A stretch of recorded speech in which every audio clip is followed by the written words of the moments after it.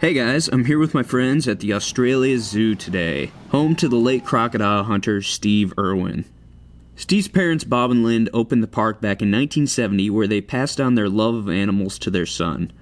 Like many kids my age, I grew up watching the crocodile hunter, which helped drive my personal love of animals. Steve and his wife Terry put the funds generated from the successful show towards conservation and new exhibits at the park. Although Steve passed away in 2006, his impact on wildlife conservation will never be forgotten and lives on in Terry and his kids, Bindi and Robert.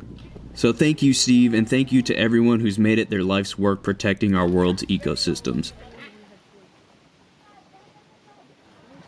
Boy, Carl, you should try some of this grass, mate. It's delicious. Nom nom nom nom nom nom nom. Oh yeah, he looks mad. Please don't hurt me, giant dinosaur bird. Imagine if we still had to deal with these things cruising around.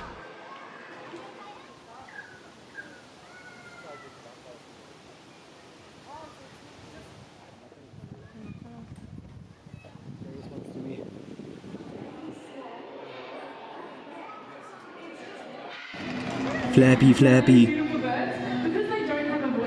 And now place that note nice and loosely between two fingers and straight out to the side. Lily should see this note and know exactly who to apply to. This chick has got a parrot that swipes people's cash. This is brilliant. I love this bird. Now we'll try and get a bit on this guy. Fuck that. It means that he can strike from the tip of his nose to the base of his tail. I sure hope these people get hazard pay. Big chicken, not the little chicken. Nope, nope, nope, nope, nope, nope, nope, nope, nope. There you go, mate. Oh, Harry, he is safe. You go. Don't worry, I'm on now. No. Any volunteers in the crowd? No?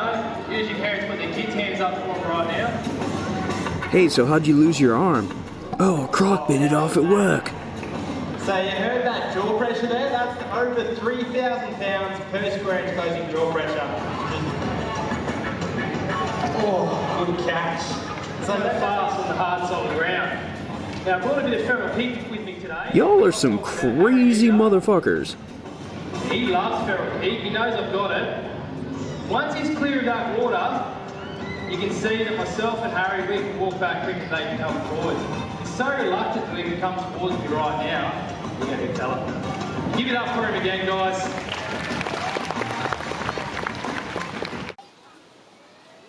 Bro, I'm so high on eucalyptus. Oh, it smells so bad.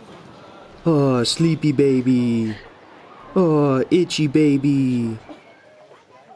Hey, get me from my good side, mate.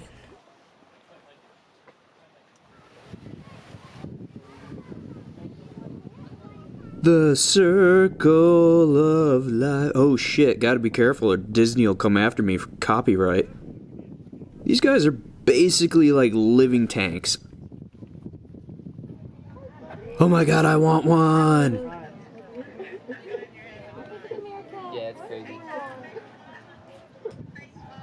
Timon is keeping an eye on shit here. I want one of these too. It's a boomafoo! Who's a good kitty? You're a good kitty. Please don't eat me. Sup? Is it fucking burping? Poking his little face out. Kangaroos are pretty damn good at chilling hard. Hey, it's Knuckles! You're gonna be famous. Barry the blue tongue. What's happening, Barry? I had a blast at the zoo, and now I'm headed for a quick day trip to the Glasshouse Mountains and then continuing my journey south. So the Aboriginal men would carry the women into the birthing caves, and then that way when the child's born they enter the world in like adverse conditions, so they're hard. Yeah, you're fine here, right?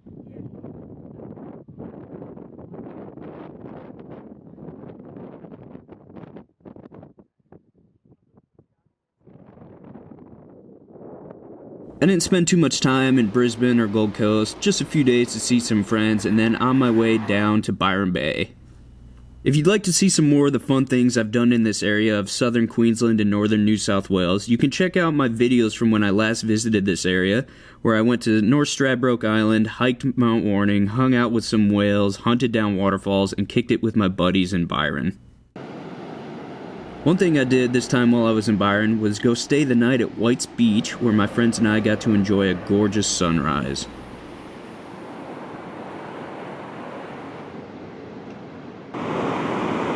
You guys going swimming?